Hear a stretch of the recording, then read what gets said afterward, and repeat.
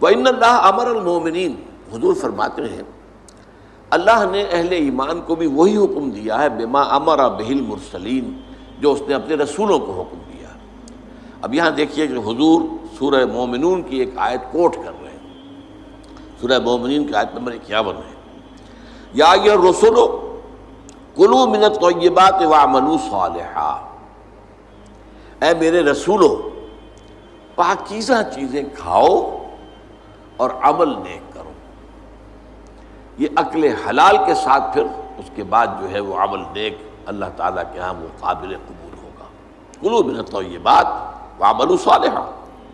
وقال، اور ایک دوسری آیت بھی آپ نے کوٹ کی، یہ سورہ بقرہ کی آیت نمبر 172 ہے، یا ایھا الذین آمنوا کلوا من طیبات ما رزقناکم، دیکھو کھاؤ ان پاک چیزوں میں سے جو ہم نے تمہیں دی۔ گویا کہ عقل حلال، رزق حلال، رزق طیب، حلال اور طیب، یہ ہے در حقیقت جس کا حکم دیا جا رہا ہے، رسولوں کو بھی دیا گیا اور اہل ایمان کو بھی دیا گیا۔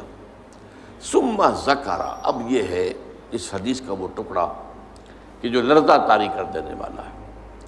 پھر حضور نے ذکر فرمایا الرجل، ایک ایسے شخص کا یطیل السفر، جو بڑا لمبا سفر کر کے آیا ہے۔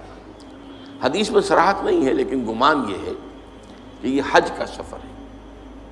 ایک شخص دور دراز سے اور احرام باندھ کے آیا ہے، اور ظاہر بات ہے کہ اس زمانے میں سفر جو ہے، فرض کیجئے کوئی شخص مدینے سے چل کر آیا ہے مکہ حج کرنے کے لیے، تو 7 دن کا سفر تو اس کا ویسے ہی ہے اونٹ کے اوپر۔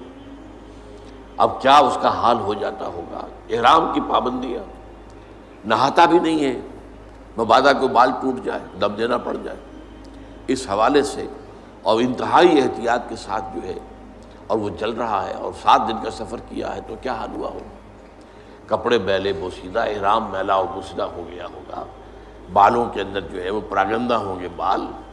اب اس کے اندر جو ہے وہ چونکہ کوئی نہ کوئی تیل ڈالا گیا، نہ خوشبو ڈالی گئی، نہ اسے انہیں جو ہے دھویا گیا، تو فرمایا ثم ذکر الرجل یطیل السفر اشعث اغبر، بال پراگندہ بھی ہے اور غبار آلود بھی ہے، اونٹوں پر سفر کیا ہے۔ اور ظاہر بات ہے کہ قافلہ جب چلتا ہے اونٹوں کا، تو اگلا اونٹ جو ہے وہ جو خاک اڑاتا ہے وہ پچھلے اونٹ کی سواری کے اوپر آئے گی لازماً۔ گھوڑے جب دوڑتے ہیں تو ان کے سموں سے جو اڑنے والی خاک ہے وہ ظاہر بات ہے کہاں جاتی ہے، سواروں پر بھی آتی ہے۔ یمد یدیہ الی السماء، وہ اپنے دونوں ہاتھ اٹھاتا ہے آسمان کی طرف، یا رب یا رب، اے میرے پروردگار اے میرے پروردگار۔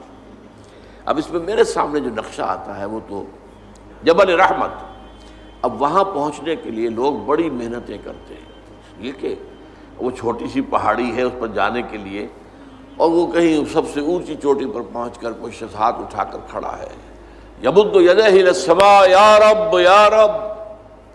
یا فرض کیجئے کہ وہ بیت الحرام میں ہے، مسجد حرام میں ہے، خاص خانہ کعبہ کے سامنے پکار رہا ہے اللہ، وَمَطْعَمُهُ حَرَامٌ،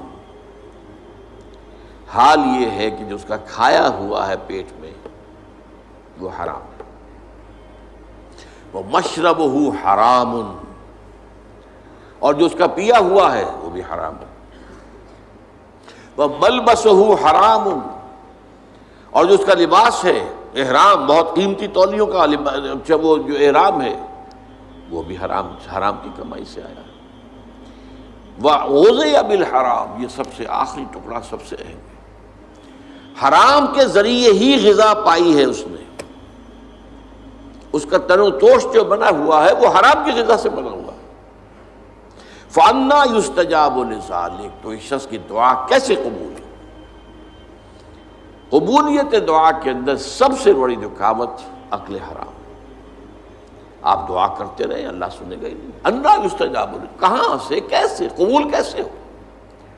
وہ تو تم خود اپنی اس دعا کے راستے میں سب سے بڑی رکاوٹ ہو۔ تم اپنی آمدنی کا جائزہ لو، غور کرو، اس میں کمائی کے اندر کوئی حرام تو شامل نہیں ہے، کوئی ناجائز طریقہ تو شامل نہیں ہے، کوئی براہ راست سود کا عنصر تو نہیں ہے، بالواسطہ سود جو ہے وہ تو نہ میں بچا ہوا ہوں نہ آپ بچے ہوئے، پورا ہمارا معاشی نظام جو ہے وہ سود پر مبنی ہے۔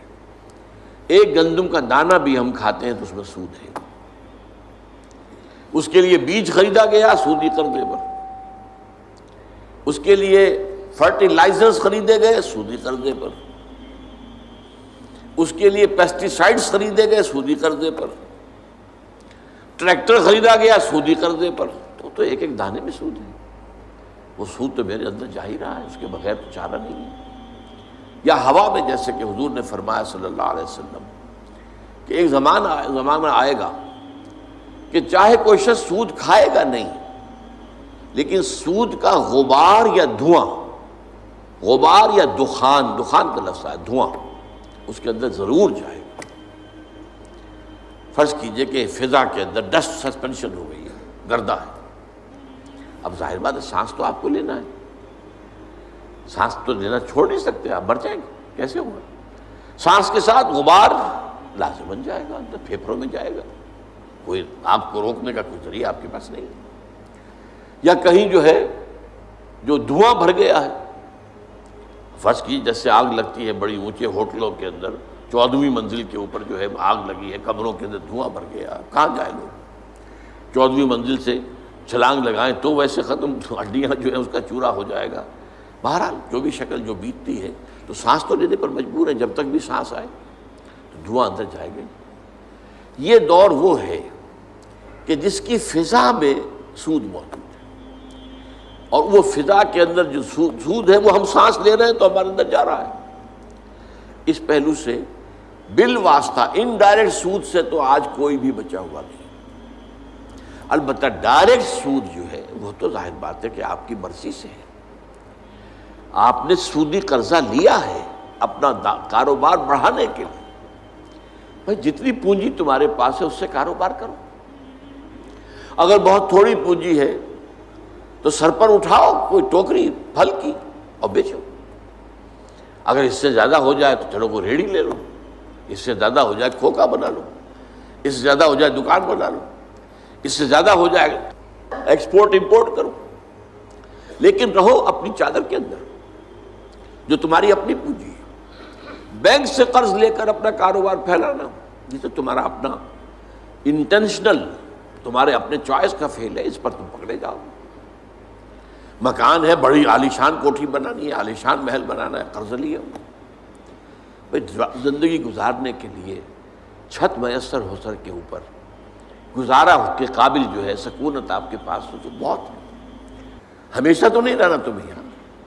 ایک وقت آئے گا کہ چاہے وہ محل ہو، چاہے وہ ڈیفنس کا جو بنگلہ ہو کئی کروڑ کا جو ہے، نکلنا تو پڑے گا، جانا تو پڑے گا قبر کے اندر. لہذا یہ اگر بینک کے سود سے آپ نے یہ کام کیا، یا جیسے کہ کہہ دیتے ہیں کہ ایک شخص کو گریچوٹی ملی ہے، وہ ریٹائرمنٹ کے بعد یہ ہوا ہے وہ ہوا ہے، اب اگر وہ کسی اور کو دیتا ہے کاروبار کے لیے تو لوگ کھا جاتے ہیں، اپنے گھر میں رکھتا ہے تو ختم ہو جائے گا، رفتہ رفتہ اس کی قیمت بھی کم ہو جائے گی، وہ کھائے گا تو ختم بھی ہو جائے گا. تو کیا کریں، یہ مجبوری ہے. لہذا بینک میں سود کے اوپر رکھ دیا، سود کھا رہے ہیں، ختم نہیں. تمہارے پاس ضمانت ہے کہ جب تک تمہارے پاس یہ رقم ختم جو ہے نہیں ہوتی اس سے پہلے تم مر جاؤ گے یا نہیں ہے؟ کھاؤ اس کو.